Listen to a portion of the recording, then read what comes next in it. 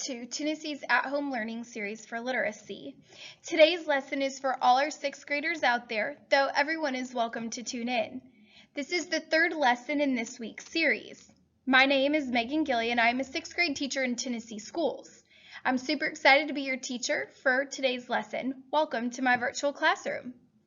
If you didn't see our previous lessons or you would like to revisit this lesson, you may go to the Tennessee Department of Education's website at www.tn.gov/education. You can still tune in to today's lesson, but it might be more fun if you go back and watch the other ones, since today we'll be talking about things that we have previously learned. Today we will be learning about how sticky rice is grown. Before we get started, you will need the following materials: a paper, pen or pencil, surface to write on, your student response to lesson 17 if you have it, and the student packet for ELA grade 6 lesson 18, which can be found on the Tennessee Department of Education's website. I'll give you just a moment to gather your materials. And let's begin. In our previous lesson, we read more of the article titled "A Taste of Sticky Rice, Laos's National Dish," and learned various facts about sticky rice in Laos through the author's details and descriptions. We analyzed how the author chose to write this particular article using 2 distinct writing styles. During our reading, we thought about the characteristics of the 2 writing styles: a travel narrative, which is a story about one who travels, and then an informational text. So let's review what we outlined.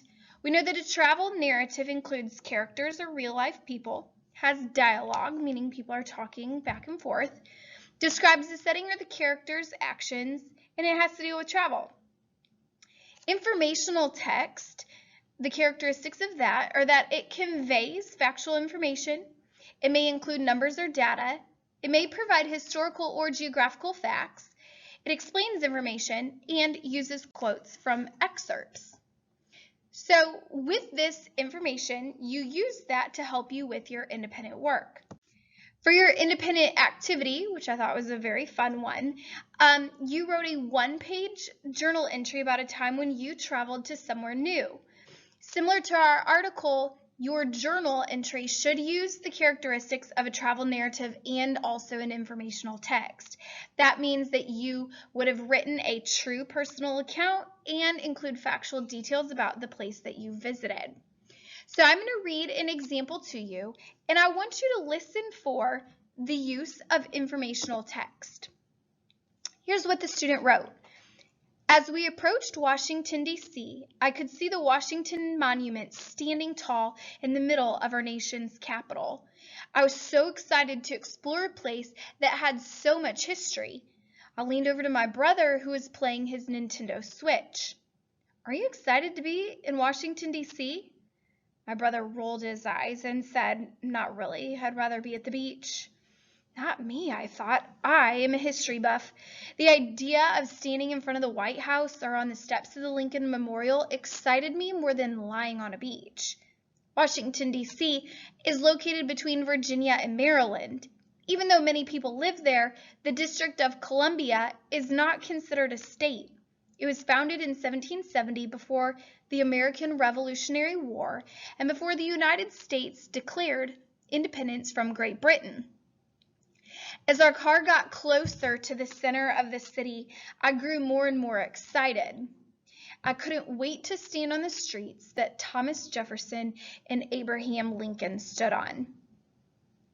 All right, readers, so I want you to be thinking about this journal entry for just a moment and think about how does the journal reflect both using the characteristics of a travel narrative and couple it with the characteristics from an informational text. Do you see where there might have been information given in this section about DC? You're right. You can see it highlighted here in yellow that these are the facts that the particular student gave about Washington, D.C. So I want you to think back to your writing. Can you take a moment and highlight or put a star next to places in your writing where you used factual information? Take a moment to look at your response.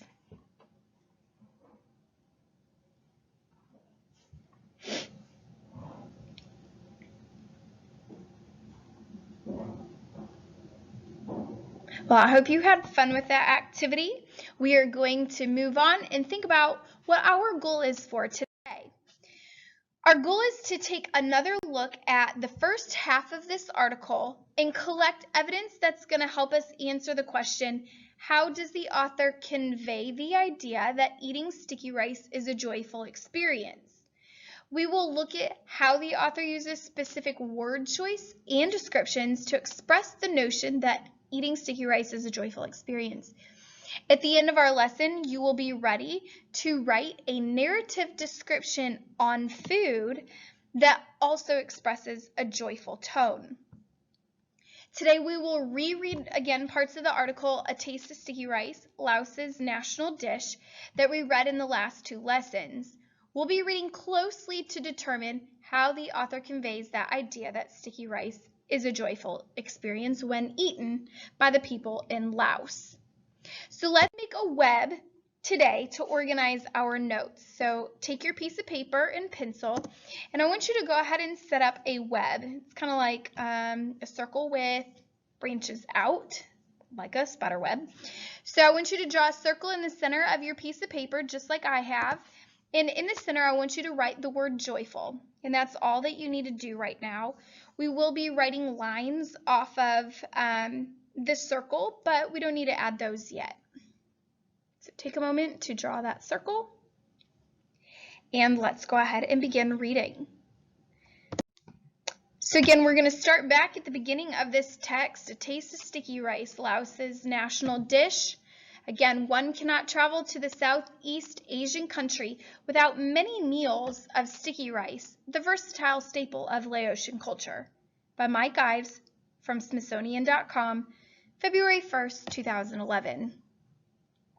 Luck was losing patience, and his stomach was grumbling like the diesel engine of the bus transporting him to northern Laos.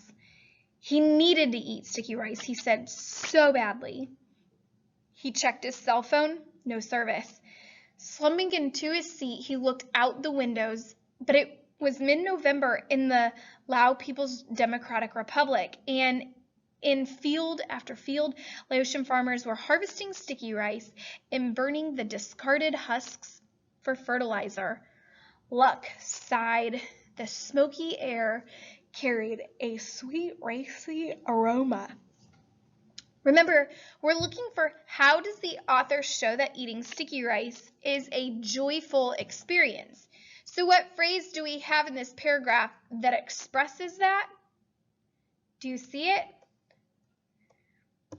Yeah, it's the phrase, a sweet, ricey aroma. Luck wants sticky rice so badly that the smoke from the burning rice husks smells so sweet to him. So we will move on. It was the first day of a 6-day northbound journey from Vientiane, the tranquil capital, to a remote village near the Laos-China border. Luck, short for Vilai Luck Onfon Manai, is my 23-year-old Laotian friend and translator whom I'd met on my first of 3 previous trips to the landlocked Southeast Asian country. He was assisting a gastronomic investigation. A friend and I were on a mission to learn the secrets of sticky rice, the mainstay of Laotian cuisine, and in the process, to eat as much of it as possible. I think there's some good evidence here that we could go ahead and add to our web. Look closely at the paragraph. What details do we have here that shows that sticky rice is a joyful experience when eaten? Yeah, at the very end, we have here that in the process, they want to eat as much of it as possible. So I would like for you to go ahead and add to your web an arrow out, just like I have up here. Draw an arrow and go ahead and put in a box to eat as much as possible. Then you can set your paper and pencil aside to eat as much as possible, and we will continue. Again, be thinking about what details do we have that eating sticky rice is a joyful experience.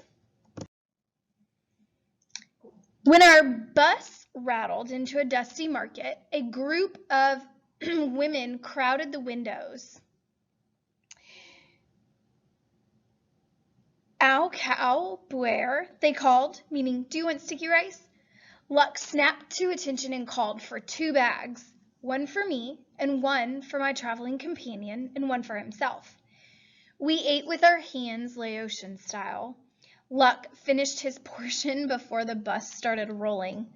I feel better, he said, and promptly dozed off. Other passengers were either eating sticky rice or, like Luck, sleeping it off. So what effect here did eating the sticky rice have on Luck?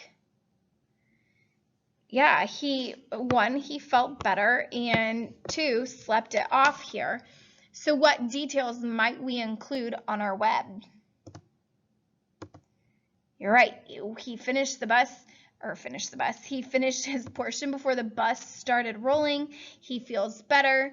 So I want you to add the next 2 here on your paper. Draw your arrow and then put a box and put that Luck ate the sticky rice quickly. That shows that he had a joyful experience eating sticky rice. And the text also says that the rice made Luck feel better. Luck is his name, so make sure that's capitalized. Okay, so add those 2 to your web. It's kind of how I feel when I eat Oreos or toasted ravioli. It is a joyful experience. So be thinking about what food is a joyful experience to you, because again, at the end of this, you're going to write about your own food. All right, readers, let's continue on. What explains the national love of sticky rice? Many Laotians laughed when I asked them. Sticky rice is what their grandparents and great-grandparents ate, they said. Perhaps they were caught off guard by my question. Like baguettes in France and sushi in Japan, sticky rice is so ingrained in Laos's culinary heritage that most Laotians don't think about it in isolation. Ingrained, as you see circled there, describes a belief or practice that is firmly established and unlikely to change. So it feels kind of like a play on words since sticky rice is a grain, right? Did you pick that up? The author asked the question, what explains the national love of sticky rice? Why is sticky rice being compared to the baguettes in France and the sushi in Japan? Do you remember? Yeah, because sticky rice is the common cultural dish in Laos. So comparisons are useful for authors' ideas. And a reader may not be familiar with Laotian sticky rice, but may know what baguettes are in France or may know what sushi is to Japan. So it helps make a connection for the readers. So on our web, I want you to go ahead and draw national love for sticky rice. So put a box and add national love for sticky rice. Proves that it is a joyful experience.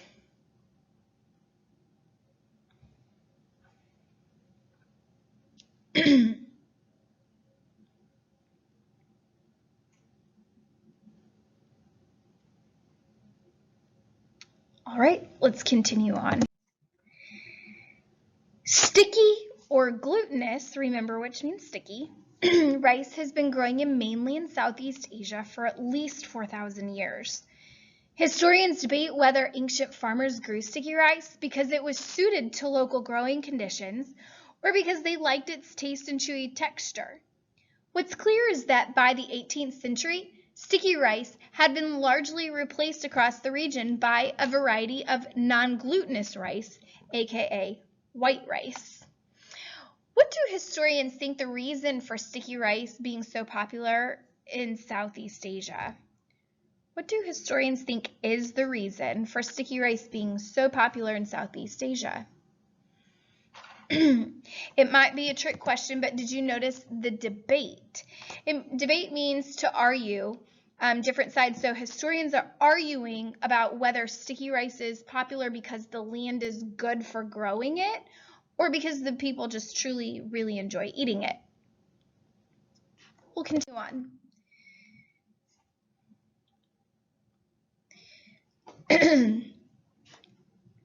But sticky rice is the primary staple in Laos and parts of the 5 countries bordering it: China, Myanmar, Thailand, Cambodia, and Vietnam.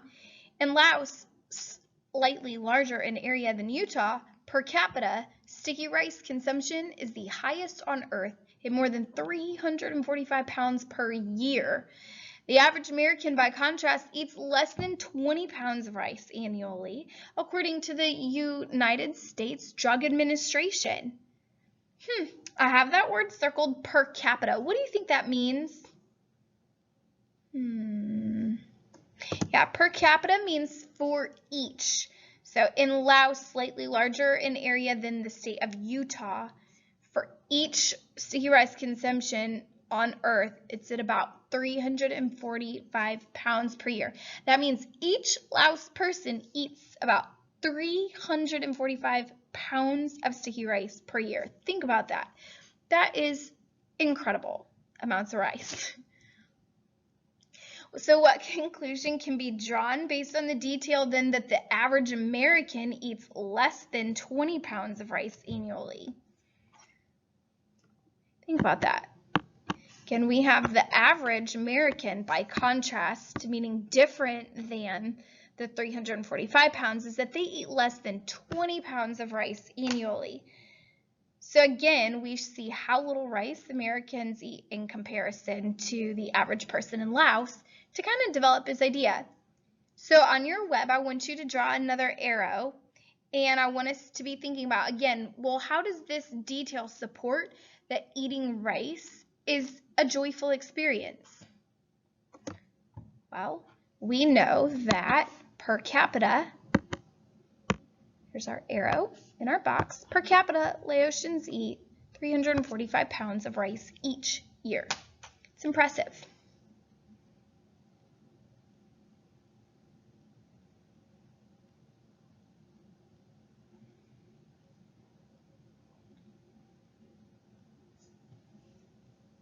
Okay, readers, let's continue on.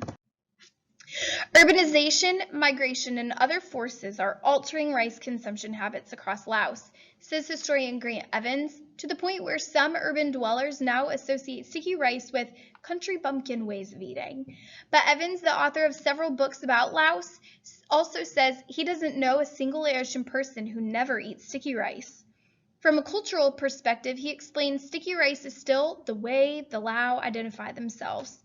Case in point, as of the mid-1900s, or 1990s, a popular Laotian band in the United States was calling itself khao now, the Laotian words for, sure enough, sticky rice.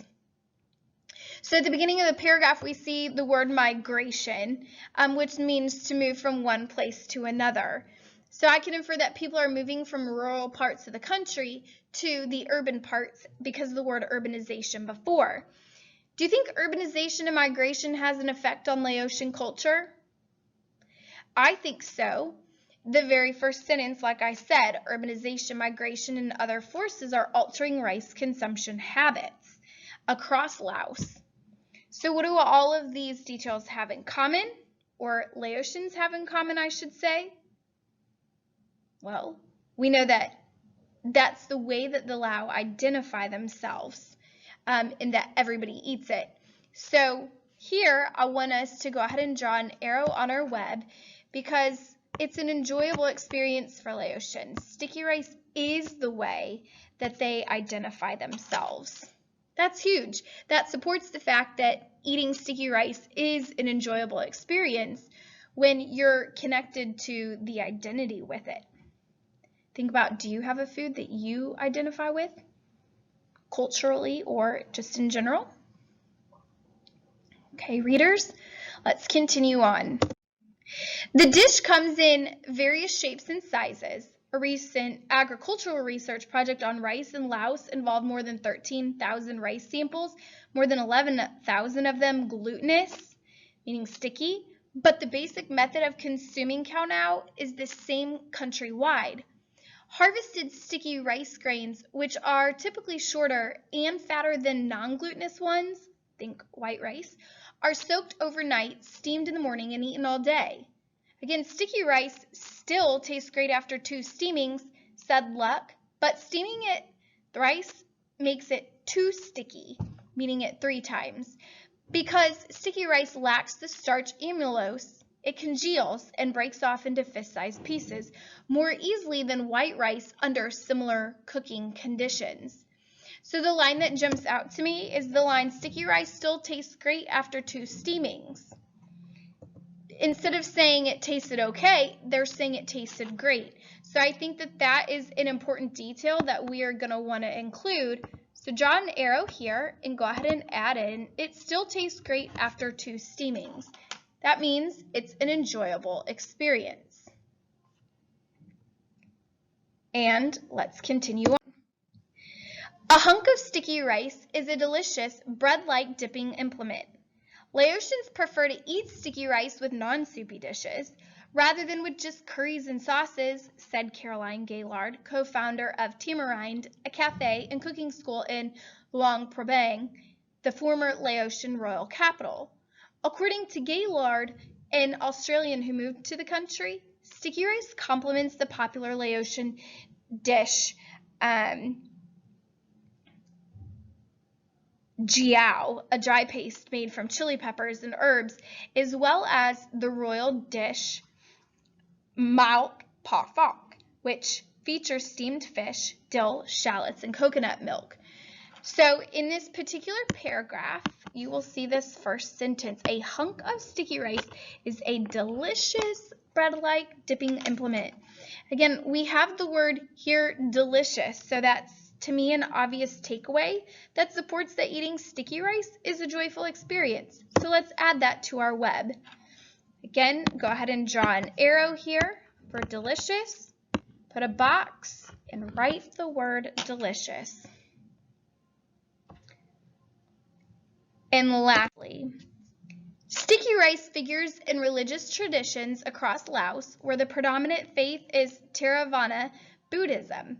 Laotians cook sticky rice dishes, notably khao tom, a fusion of sticky rice, coconut, banana, and mung bean, for ceremonies related to plantings, rainfall, harvest, and death. During the popular baci ceremony, uncooked sticky rice grains are tossed into the air after communal prayers. And when a Laotian is dying, a village elder may rub sticky rice on the person and throw the rice away to banish bad spirits. Think about what details do we have in here that support that it's an enjoyable experience. We have a couple things relating to predominant faith. We have fusion, which is referring to the blend of 2 or more things. Baci ceremony, which baci ceremonies can be performed during happy moments, such as for a wedding or a new baby while celebrating the new year. Since baci ceremony can be performed during those happy moments in life, I think it's a good idea to go ahead and include in our web. So on our paper, go ahead and draw an arrow and write that sticky rice is used during a baci ceremony.